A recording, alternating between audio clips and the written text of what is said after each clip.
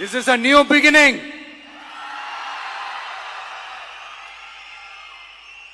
A new era of a real, secular, social justice starts now. Tamil सिनेमाचा superstar, कोट्यावधी चाहत्यांचा थलपती आणि आता तामिळनाडूच्या राजकारणातील सर्वात मोठं नाव विजय यांनी अखेर तामिळनाडूच्या मुख्यमंत्री पदाची शपथ घेतली आहे. दीर्घ राजकीय चर्चा, गठबंधनाचे कयास आणि अनेक महिन्यांच्या राजकीय घडामोडीनंतर TVK चे अध्यक्ष विजय आता राज्याच्या सत्तेच्या केंद्रस्थानी पोहोचले आहेत. यासोबतच तामिळनाडूमध्ये गेली अनेक दशके सुरू असलेल्या DMK आणि AIADMKच्या सत्ता संघर्षालाही मोठा धक्का बसल्याची चर्चा सुरू आहे. बघूया मुख्यमंत्री पदापर्यंतचा विजयचा हा राजकीय प्रवास. तामिळनाडूचे राज्यपाल RN रवी यांच्या उपस्थितीत चेन्नई येथे शपथविधी पार पडला. विजय यांच्यासोबत TVK मधील वरिष्ठ नेत्यांनीही मंत्रिपदाची शपथ घेतली. राजकीय विश्लेषकांच्या मते तामिळनाडूच्या राजकारणात हा मोठा ऐतिहासिक टप्पा मानला जात आहे. कारण गेल्या 6 दशकांपासून DMK आणि AIADMK या दोन पक्षांभोवती फिरणाऱ्या राज्याच्या राजकारणात आता नव्या समीकरणांची एंट्री झाली आहे. विजय यांचा प्रवासही एखाद्या चित्रपटापेक्षा कमी नाही.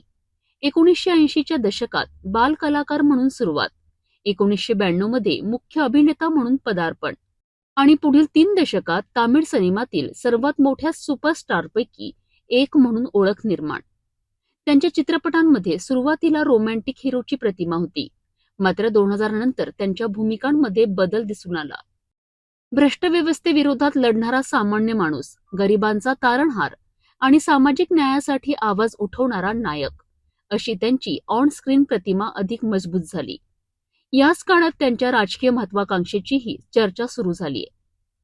2008 मध्ये श्रीलंकन तामिळांच्या समर्थनार्थ आंदोलन, 2018 मध्ये स्टरलाइट प्लांट आंदोलनातील पीडित कुटुंबांना मदत, तसेच केरळ पूरग्रस्तांसाठी सहाय्य या सर्व सामाजिक कामांमुळे विजय यांची प्रतिमा केवळ अभिनेता न राहता जननेत्याची बनू लागली.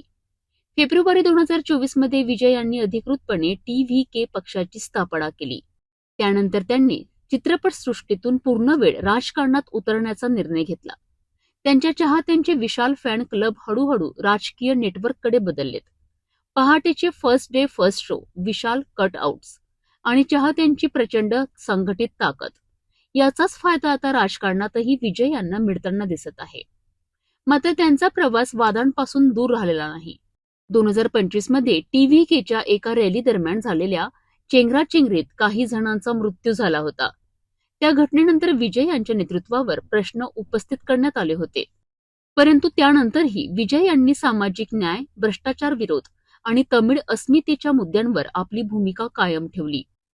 राजकीय विश्लेषकांच्या मते विजय यांची लोकप्रियता आणि युवा मतदारांमधील प्रभाव भविष्यात तमिळनाडूच्या राजकारणात मोठा बदल घडवू शकतो. तमिळ सिनेमातील सुपरस्टार पासून आता राज्याच्या मुख्यमंत्री पदापर्यंत विजय यांचा हा प्रवास सध्या संपूर्ण देशात चर्चेचा विषय ठरत आहे. त्यांची लोकप्रियता आता प्रशासन आणि राजकारणात किती प्रभावी ठरणार, जनतेच्या अपेक्षा ते कितपत पूर्ण करणार आणि तमिळनाडूच्या राजकारणात TVK किती मोठा बदल घडविणार याकडे आता संपूर्ण देशाचं लक्ष लागलं आहे.